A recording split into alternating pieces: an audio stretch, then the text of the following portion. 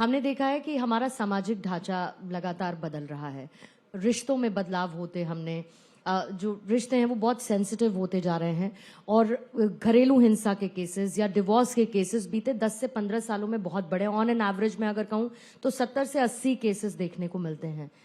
कैसे इस सामाजिक ढांचे को रिश्तों के लिहाज से बेहतर किया जा सकता है? ये बहुत अच्छा क्वेश्चन पूछा गया दोस्तों। आज के समय में जब हम मैरिज करते हैं तो मैरिज वाले दिन तो कोई 10 करोड़ रुपए लगाता है, कोई 20 करोड़ रुपए लगाता है। एक दिन का 24 घंटे का वो इवेंट होता है।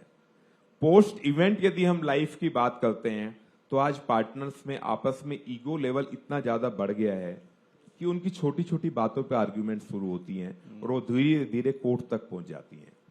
आज यदि आप पूरे इंडिया की कोर्ट में बात करें तो पूरे दिन में यदि 80 केस लगते हैं तो 80 केस में से 50 केस सिर्फ घर से संबंधित सामाजिक रिश्तों से संबंधित होते हैं। यदि पहले हम कभी बात करें तो कभी ये सब जो जितनी ये बातें कभी नहीं होती थी। क्यों नहीं होती थी? उसके पीछे बहुत सारी बातें हैं।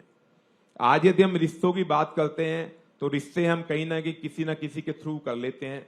मीडिएशन जब लोगों का होता था तो वो उस टाइम में होता था कि कोई ना कोई कद्दावर आदमी होता था जिसकी बात सुनी जाती थी।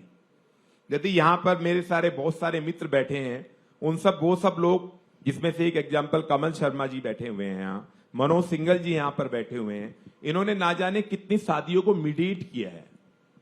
तो उनके अंदर एक शर्म होती थी, एक कहीं ना कहीं उनके दिल में होता था कि यदि हमसे कुछ गलत होगा तो वो हमें क्या कहेंगे। तो आज जब रिश्ते होते हैं तो रिश्ते साइड से होते हैं। आज कोई बीच में मीडिएट करने वाला नहीं होता, और यदि मीडिएट करने वाला होता भी है तो उनकी कोई सुनने वाला नहीं होता।